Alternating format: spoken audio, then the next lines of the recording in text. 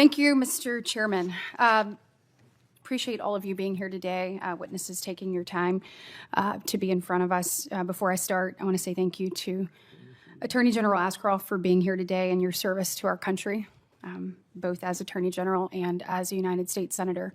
And also thank you for your kind words about Senator Graham. Really appreciate it. Mrs. Boss, thank you for sharing your story, reliving the worst day in your life, being willing to tell your story so that people hear it. Really appreciate it, and I'm so sorry for your loss. We're going to talk a little bit in a second about people needing to meet with survivors, which I completely agree with, and victims. Let me ask you a question.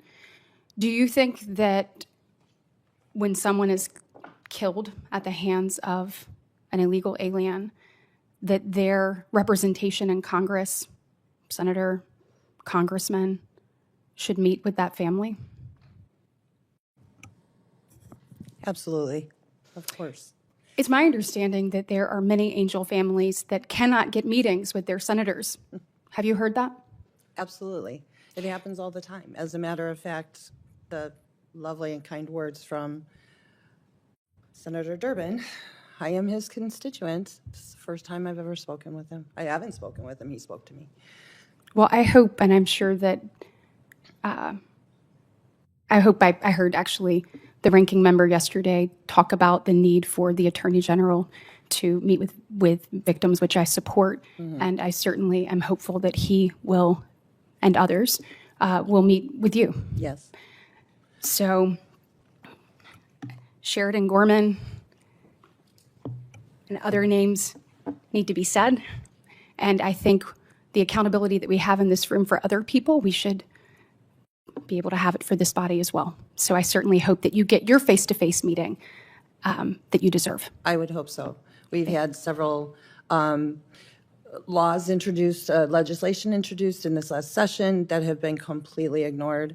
And there hasn't been any way to really get in and talk to anybody, especially those who are opposed to those legislations for whatever reason. Well, thank you so much for elevating your voice. Ms. Bazinski, am I saying that right? It's Bensky, yeah. Okay, gosh, I'm going to have to try. I am so sorry for everything that you've been through, and thank you for your courage, for being here today and being able to elevate your voice. I completely support your quest to be able to be heard, to obviously for victims to be protected, and for us to pursue every lead possible. And, I do believe after my conversations with the Assistant Attorney General that he is going to pursue those. Let me ask you this. Were you asked in the previous administration, did you ever have an opportunity to sit down with the then Attorney General Merrick Garland?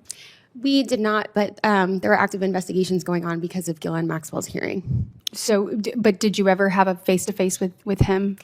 No. No. Did y'all request a face-to-face?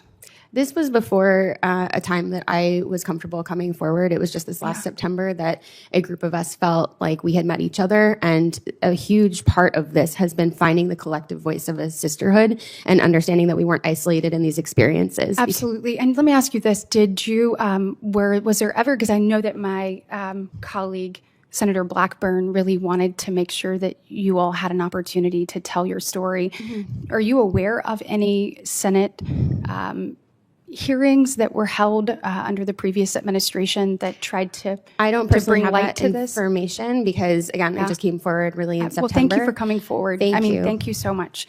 Mrs. Oyer, obviously, are you cutting people off right on time today? What? Are you cutting people off right on time today, or are people getting to go way over? I've been too liberal, but go ahead. Okay, all right. Go ahead and ask one more question. Just let me ask one more question, please, sir. I appreciate it. After you were fired from DOJ, you had an independent media company and a Substack platform, and you had the, Lawyer Aura brand name and the hoodies that said "Hardwired to stand up to bullies." I'm wondering, it's my understanding that as a pardon attorney during the Biden administration, you recommended actual commutations for Daniel Troyer and Ricardo Sanchez Jr., who were sentenced to death in 2009 after executing a family of 4 on the side of a highway. Is that true? Ma'am, I think you were not in the room when several of your colleagues asked me about those Yeah, recommendations. this is my turn to ask a question. So is that What true? I said then remains, which is that I'm not able to talk about the clemency advice that I provided to the White House because Okay. of Well, the executive- victims included a 4-year-old and a 3-year-old boy who died while cradled in the arms of their mother, who was trying to shield them. Those 2 little boys were shot 10 times, and their mother was shot 11 times, and their father was shot 5 times. So I appreciate the grace on getting to go over, but that doesn't sound like to me that you stand up to bullies. It sounds like to me you stand with them. Thank you. What we just witnessed is a hearing that, on the surface, was about victims, accountability, and the responsibility of public officials to listen to people who have been harmed. And that is an important principle. Survivors deserve to be heard. Families who have lost loved ones deserve answers. And no victim should have to spend years fighting just to get the attention of the people who are supposed to represent them.